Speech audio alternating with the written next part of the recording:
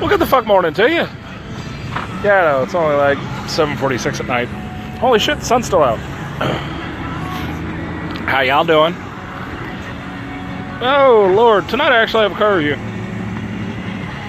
Tonight I'm going to review a very older car. And it's a car that kind of got lost to the pages of history. And unfortunate, it's both a good and a bad thing. Because one, it was a car built for the masses, but somehow survived when it wasn't designed to survive that long. Tonight I'm going to review the 1999 Dodge Neon RT. Yes, they did make an RT package of this thing. This is the father to the SRT4 of the last gen Neon. Now, back in the 90s, when the Neons first came out, they loved to put all these cute little names in for the Mocha or the Java or whatever. I remember there being a coffee-flavored fucking Dodge Neon. And these were built as cheap throwaway cars. Now, what do I mean by throwaway car? It's your first car going to college. You know, you buy your kid when you're 16, because the Dodge Neon, a base model Dodge Neon, was not expensive. And I can be corrected on this. The first year that came out, I think you can walk away with one for about $9,500. In today's money, that's about $12,000. You can't buy a new car for $12,000. They weren't built with the greatest of care. I'll admit that. They weren't meant to last. They weren't. At all. You know, the dashes were very brittle, would crack and just basically evaporate. They constantly had transmission issues. They fell under, hold on a second, blah. They fell under the Dodge's infamous transmission issues. Now, the model I drove had, I want to say, 6 figures on the odometer. And if that was the stock transmission, that thing shifted smooth. Because the RT I drove was a 5-speed. Manual locks, wind-up windows. AC still worked. Radio still worked. But this is a car that wasn't meant to last 5 years, 18 years out. And the transmission still shifted as smooth as butter. Now, this model Neon is the big bug-eyed one. 4-door. It was constantly getting kicked around. It was constantly getting kicked down because Americans don't like small cars. We don't.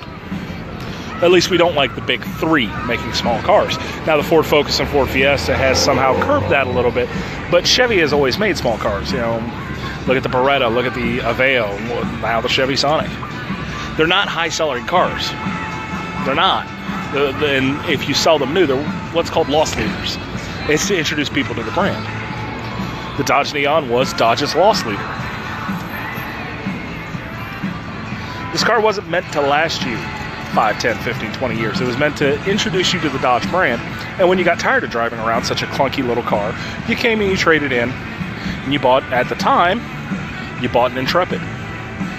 You bought, you know, a Chrysler 300 or a Dodge Charger, because that would last you until the Dodge Charger and the Chrysler Intrepid, the Chrysler 300 came out.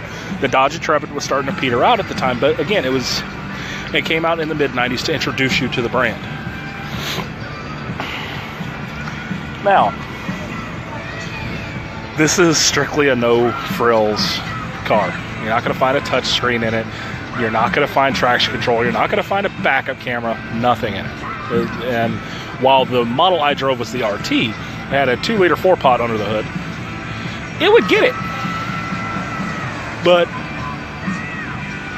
it understeered bad. But that's to be expected with front-wheel drive cars. This thing is a little pocket rocket.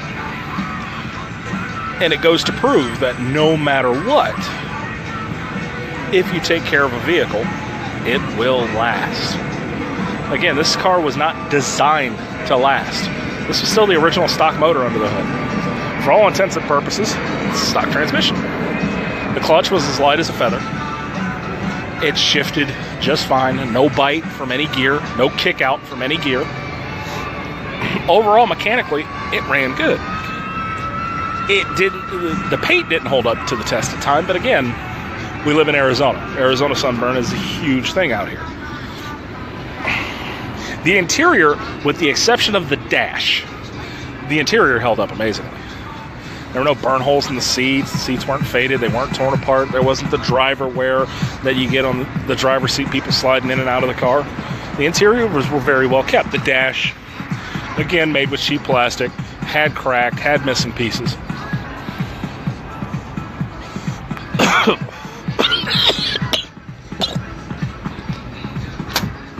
But you can't find cars like this in the American market anymore. Name me off the top of your head a cheap car that lasted in America.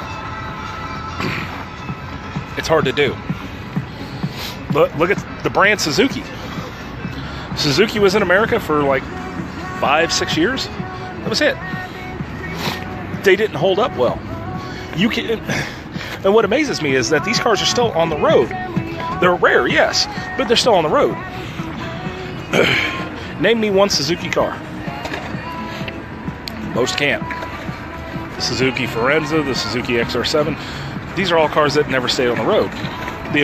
The one Suzuki, the American Snow, is the Suzuki Sidekick. But that has a cult following in the off-road world. As far as four-door sedans go, not gonna find it. Look at Daewoo. Daewoo is notorious for falling apart. I mean, if you want bottom of the barrel automotive, you go look at a Daewoo. That's pretty much it. That was the lowest you could go in the American market at the time, was a Daewoo. But look at all the cheap car brands that started out with cheap cars. Kia. Kia was a cheap and cheerful car when it first hit American shores. Now Kia's pricing is rivaling that of Honda's and Toyota and all that. Hyundai.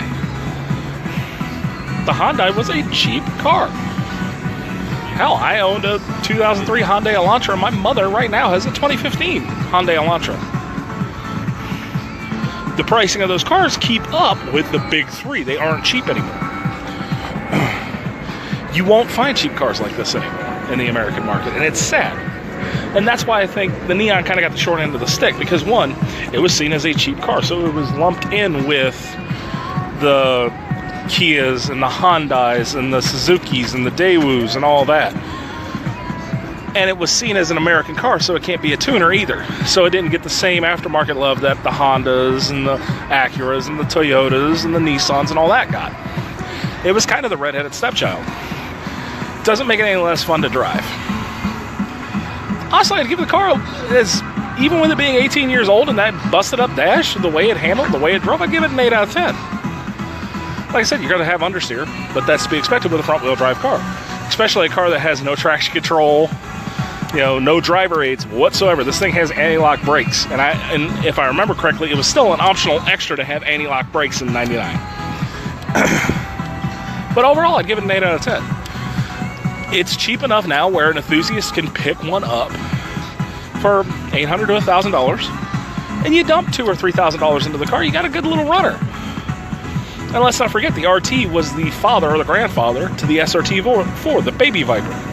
The big fucking turbocharged, running 18 PSI and a blow-off valve you can hear a mile and a half away Neon that everybody loves. Got a huge-ass Texas tail, got turbos for days. Well, that's its genesis. That's where it started, in the Dodge Neon RT. But that's all I have for you guys tonight. Again, like, subscribe, share it around if you do. If you have any cars you want to see me review or anything like that, just let me know. Y'all have a good night.